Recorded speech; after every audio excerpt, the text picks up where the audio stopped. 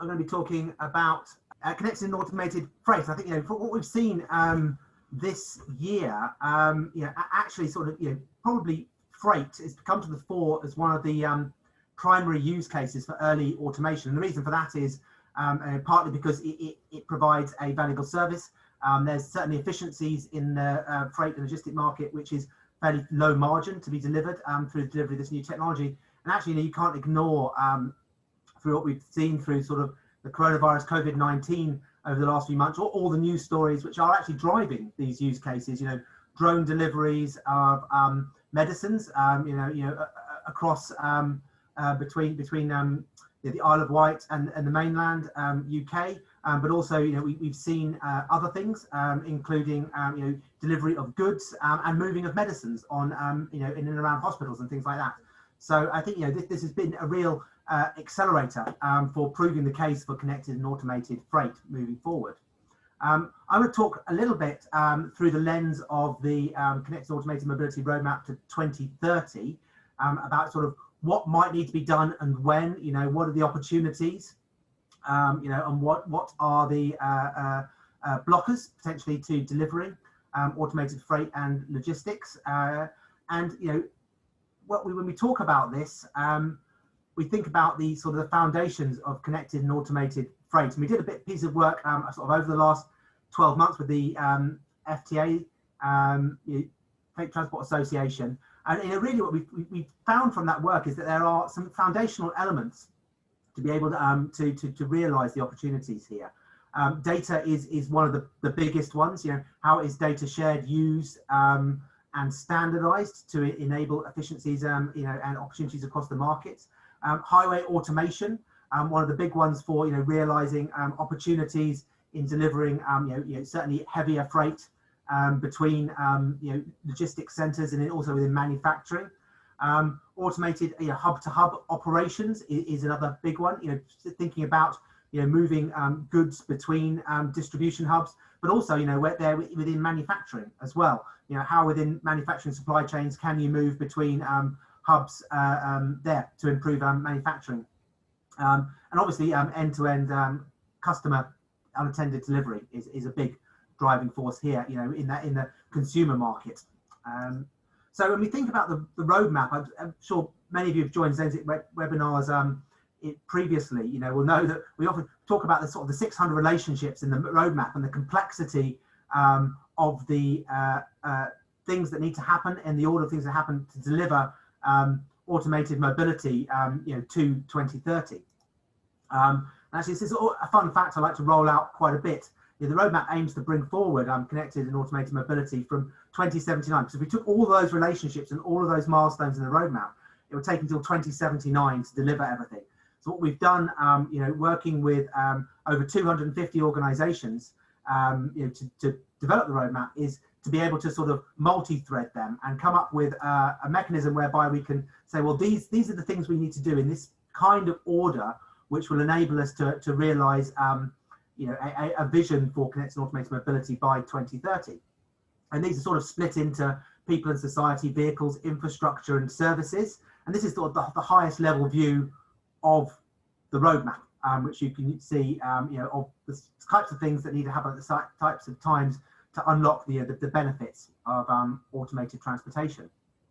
And when we look at the roadmap, well, we have this concept of golden threads, and I'll talk a little bit about these in the context of freight in a moment. So how do you take the various relationships and connections within the roadmap and create sort of narratives and stories through them? And through those narratives and those stories, how do you spot opportunities for partnerships, opportunities for new technology, new business models? How do you recognize those things that need to happen and when, so that you can plan your delivery to market more effectively? And we think about this. We have a number of benefits, particularly for final unattended freight delivery. This is an example of thinking about what are the milestones which need to be delivered, but also what are the benefits of these. So there's a few examples again from the work we've done with the FTA, looking at new urban freight consolidation centres, delivery of fully automated freight, technology that's available for the recipient to take that, and that's really take the delivery out of the vehicle, unattended, way. And other things like which is licensing frameworks, and also curbside delivery policy frameworks, because if you're doing unattended freight, where does the vehicle park? How long can it park there for? When can you get your parcel out? So there's a lot to think about in terms of realizing the benefits. But if you think about the benefits, nighttime delivery to reduce congestion. There's a driver shortage, which is regularly reported. Less people are wanting to become drivers. In fact, actually, you can't sort of go behind a bus or a freight vehicle almost at all these days. Whether that's the smaller vans, which are delivering sort of your Amazon deliveries to your door, or the sort of the bigger freight deliveries to Tesco and things. To see we need drivers. It's there's definitely going to be a place for human in the loop for many years to come, but there is a driver shortage to feed that demand. Ultimately, we want to lower delivery costs to increase the benefits for consumers, and also increase margins in the business, and look at how deliveries can be more efficient. When we look at the roadmap, what we've done in the last CAM Creators update is look at which milestones are in flight, what is happening on the ground, and when we look at this, these particular milestones we've got as enablers for unattended freight, what we can say is that fully automated freight vehicles, they are in development now. There's a number of companies working in the market, and we'll hear from Miles a bit later on about how they're playing into this market and what technologies they're developing. Technologies are available for recipients to remove their deliveries from vehicles which don't have potentially a human operator on site with that those are in train now as well. And also, what we've got is common curb space for policies, which are in development, but potentially at risk. Maybe they're not moving as fast as they need to enable this deliveries, of automated deliveries in urban environments, especially. There's a couple of milestones in here which we don't have any data on from the CAM Creators update about freight consolidation centres and licensing frameworks for last mile deliveries. So we need to think about who needs to get around those problems to start solving them to unlock the benefits longer term. And I just want to say, in terms of the CAM Creator update we did, here are pretty much all of the companies which opted in and said, we are the organisations which are involved in delivering freight and logistics, automated freight and logistics for 2030. And I think it's a great range of companies, from Origo and Street Drone, delivering the vehicles, through to academic institutions like Loughborough University, thinking about the human factors. Got simulation in here with Immense and RF Pro, and a wealth of other companies involved in freight. And I think there's about 130 organisations which opted into the CAM Creator update and put their name to milestones and said we are involved in delivering these milestones. And about a third of these, of those are in freight and logistics. It's just an interesting stat there. What we know from the roadmap, and we think about those journeys, those golden threads through the roadmap, we know that data is fundamental, and data standards actually is sort of green in the roadmap. That's a milestone that's being delivered now. The right vehicles data is also being considered now, but needs to be merged with standards. And then we need to think about other milestones, which for vehicle-to-vehicle communication, data exchanges, of which Convex, which is a Zenzic partner, is doing that. And how can these things, which are early milestones, which are in progress now, contribute to things later on for freight platooning, smoother journeys, enhanced vehicle routing? And we think, potentially there's an opportunity, towards what is the current end of the roadmap at 2030 to think about what could you have for a freight traffic control system? How could you take these inputs and deliver more efficient transportation of goods by better routing it? Wouldn't it be better if all of your deliveries arrived at once? So you could maybe plan your day better, but also, cut down on carbon emissions. It's better for the environment, and actually it's more efficient for freight operators. So what could we think about a freight traffic control system? And again, this is a milestone that isn't in flight right now, but the building blocks are starting to form today. And then also we think about automated heavy freight delivery. And I think when we think about sort of net zero targets, decarbonisation of heavy freight is a really important factor. Sort of smoother journeys, less peak power, and all of that great stuff.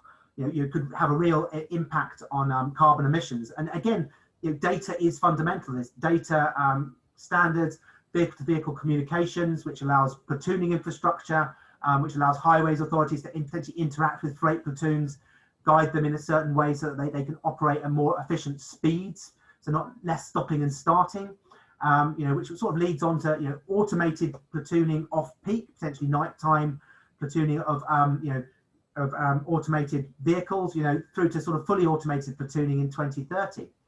And when we look at this, we've got driver-assisted platooning happening now. Those trials are happening on UK roads with TRL, Highways England, organising those trials now, through to driver-assisted platooning. So more of a driver assistance system, which will unlock these automated vehicles, which unlock the peak platooning and ultimately, hopefully, lead to better use of power consumption, and potentially even different powertrains. Because we're talking about this with our sister organisation, the Advanced Propulsion System. So actually there could be impacts on powertrains within all of this as well.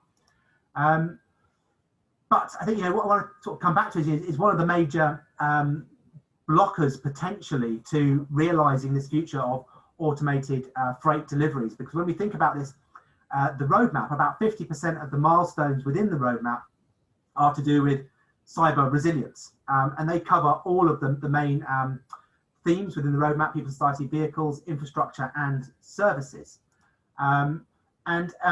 What we did at the beginning of the year was run some feasibility studies for cybersecurity with the Centre for Connected Automated Vehicles, who funded these, and Innovate UK, to look at what is going on in cybersecurity and vehicle systems now, what needs to change. And when we think about this is sort of leading me into it's not really, when we think about cyber resilience, we often think about that hacker in the hoodie typing away, sort of deliberately trying to break Internet of Things systems or IT systems, but actually it's I also say it's cock up, not conspiracy, more often than not, is where things break down.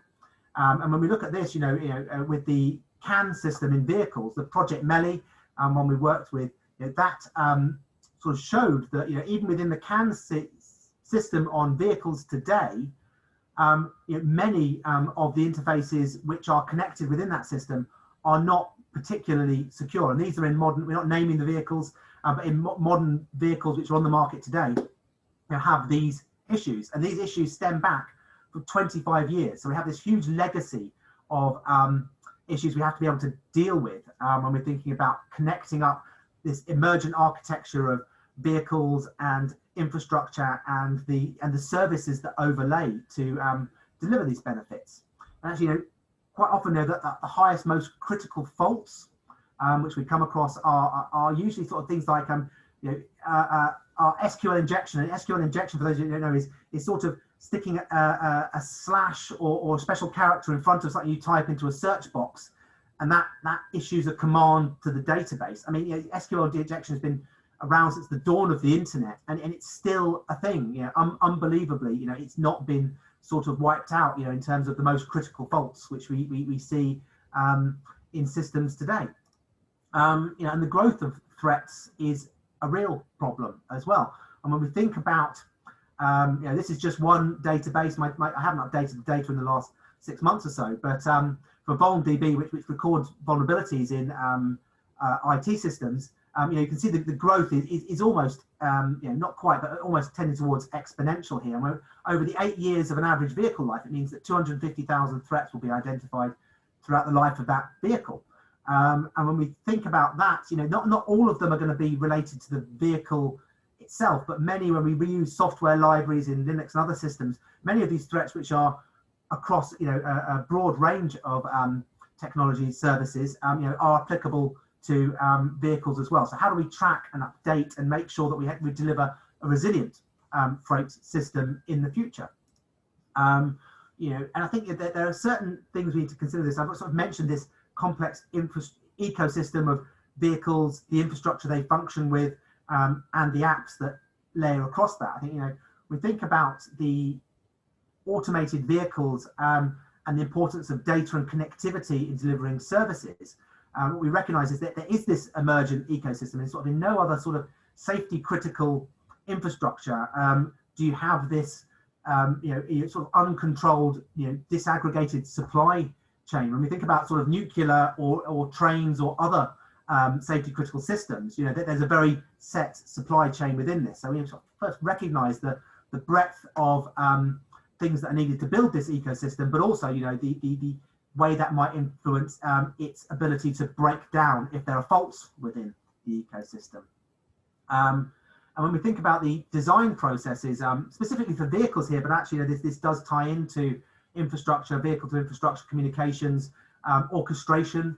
When we look at this, the traditional V model, probably for automation, probably seen, it's still great for predictable situations, but ultimately what we're thinking here is that the operation of these systems needs to bring in sort of probably real-time simulation to understand what digital twins, what is happening, how should the system be performing, how is the system performing, what is that difference, so that you can spot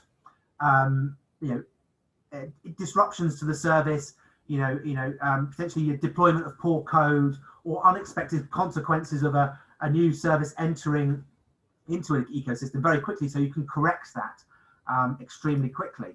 And I think when we look over the last year, maybe we've learned something in terms of human resilience, but actually sort of diversity in many ways is probably one of your best defenses.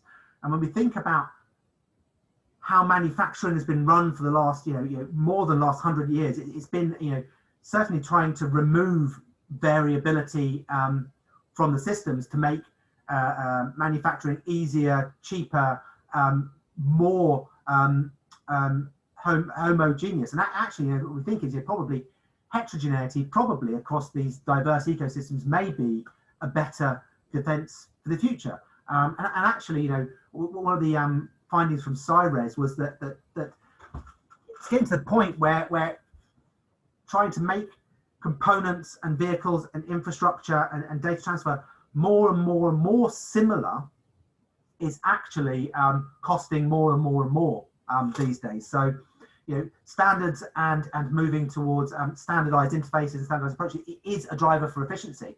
But actually, maybe there's something we can think about here in terms of the diversity of the ecosystem. Could actually be leveraged to improve resilience of that ecosystem, and that's really important in the context of freight and logistics, because again, just this year we've realised how important freight and logistics is to maintaining and sustaining society. Through this crisis we've been living through. So when we think about this, how can we best implement this system to deliver the most reliable services, the most resilient services going forward?